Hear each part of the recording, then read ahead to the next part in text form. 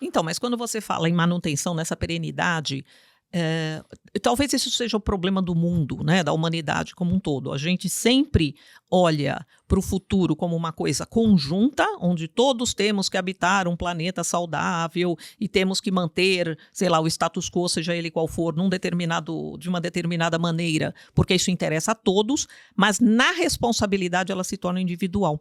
E aí que começa para mim o conflito, porque quando você fala de matar a galinha dos ovos de ouro, eu de repente estou matando, mas é a galinha dos ovos de ouro não necessariamente nem de um concorrente, mas de um outro setor ou de uma outra área.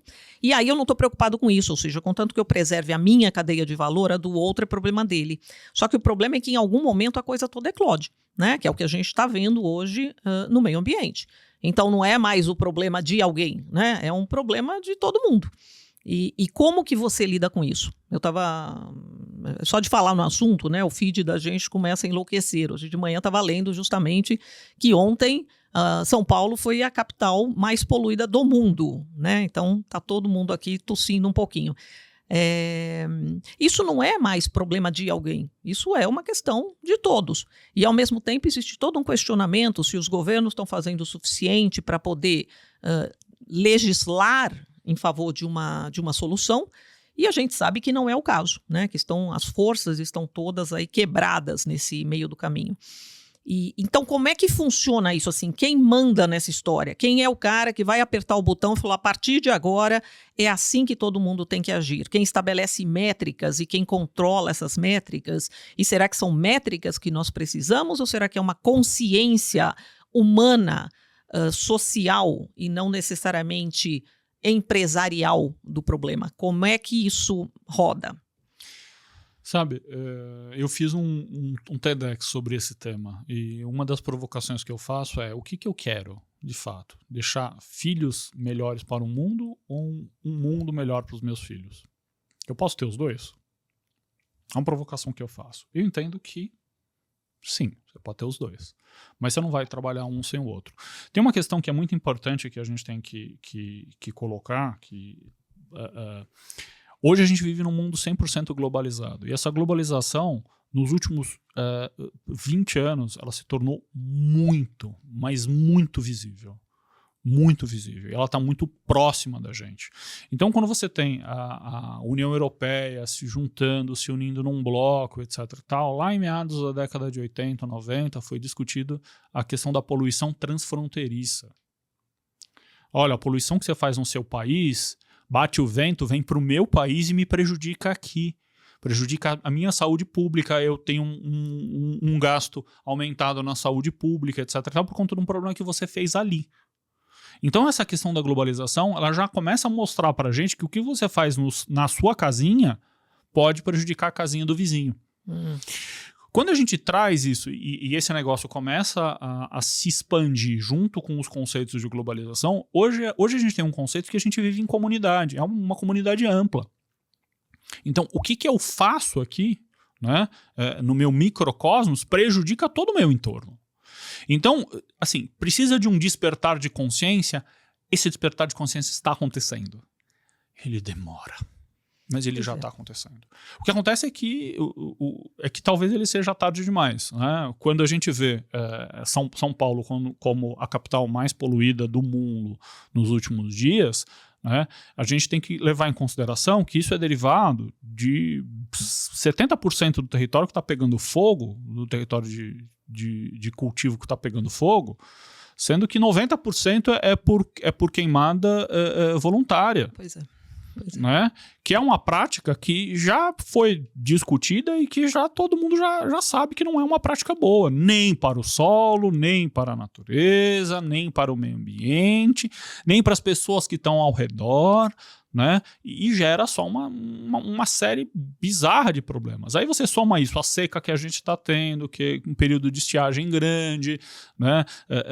O Laninha que tá secando e tá impedindo que os ventos úmidos cheguem na cidade. Então você tem uma série de problemas e o mundo tá mudando. O mundo tá mudando. E a gente tá começando a perceber isso. Né? Mas essa mudança, de novo, né, lendo mais uma, Parece que a União Europeia agora estabeleceu o que eles chamam de ecocrime. Eu não sei exatamente qual é a terminologia que eles estão usando, talvez não seja essa, mas que finalmente está se começando a olhar para isso. Tudo aquilo que tem uma causa ambiental tão forte, tão radical, que tem esse impacto que você falou, no caso deles, em toda a União Europeia, mas obviamente em todo o mundo, que agora vai ser tratado de uma maneira criminosa ou criminal, né? Então, são mecanismos, vamos dizer assim, necessários, mas a gente tem essa sensação assim quase de um desespero, né? Como é que a gente vai reverter essa situação? E será que reverte? E eu trago isso para outros tópicos e para outros temas, que não só a questão do aquecimento global e de questões sustentáveis, mas para questões dentro de uma organização. Você falou um negócio muito importante, que é a questão do papel dos stakeholders. A gente fala muito disso de jornada do cliente, né, quando a gente fala da experiência, e eu sempre brinquei que assim, a experiência nunca é feita só por quem provém o serviço ou o produto ou disponibiliza o produto. Tem toda uma cadeia de responsabilidade, né? Se você faz, às vezes você prepara uma comida maravilhosa, o seu restaurante, etc. Quando você manda entregar aí com terceirizado e a entrega não é ideal, obviamente isso impacta na imagem, no branding, na experiência do teu produto. De uma certa forma, a gente está colocando tudo isso de uma mesma maneira, quer dizer, essa jornada, essa experiência dessa empresa, dessa organização, passa por tudo isso. Se eu não tenho funcionários de alguma maneira comprometidos, engajados em todas essas causas, sendo quase ativistas e tendo um papel, né, de bater no teto e falar, escuta, eu quero trabalhar numa empresa que me represente, uma empresa que de alguma maneira expresse o meu sentimento, porque não vou falar da sua, mas da minha geração, a gente vai olhando para frente e fala, bom, vou ver o que eu consigo fazer ainda, né? Mas tem uma geração maravilhosa que está vindo, muito questionadora, muito determinada a mudar esses princípios, e que a gente precisa entender como é que a gente respeita, até numa questão de retenção de talentos, né? Qual é o meu propósito como organização e como é que eu realmente defendo uma causa dentro de uma cultura, não só da boca para fora, não só porque alguém está me mandando ticar, né, métricas de sucesso em ESG, mas realmente uma empresa que fale, não, eu acredito nisso. Você acha que isso está acontecendo ou isso ainda está muito distante dos interesses organizacionais, né?